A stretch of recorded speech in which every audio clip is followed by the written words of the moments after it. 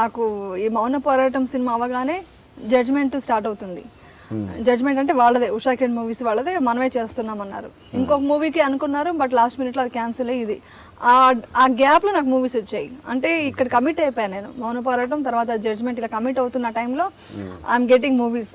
నాకు కరెక్ట్గా చెప్పాలంటే ఒకసారి కైకాల సత్యనారాయణ గారు చెప్పారు, మేము కొదమ సింహం చిరంజీవి గారి కాంబినేషన్లో మేము ట్రై చేసాము. అప్పుడు నేను నెక్స్ట్ మూవీ ఇన్స్పెక్టర్ రుద్ర చేశాను, కృష్ణ గారితో చేశాను. కృష్ణ గారితో చేసినప్పుడు ఆయన అన్నారు, మీకోసం చాలా ట్రై చేసాము, మీ డేట్స్ కుదరలేదు, ప్లస్ మీ కాంటాక్ట్ దొరకలేదు మాకు, మీరు ఎక్కడో అరకులో షూటింగ్లో, వైజాగ్లో షూటింగ్, అప్పుడు మొబైల్స్ లేవు, ఏమీ లేదు కదా, అప్పుడు ఇంకా పిఆర్ఓ లేదు, అదంతా తర్వాత పెట్టుకున్నాను. కానీ అప్పటికే ఇలాంటి క్యారెక్టర్స్ ఎక్కువ నేను చేయడం స్టార్ట్ చేశాను. సో అలా మిస్ అయ్యాను.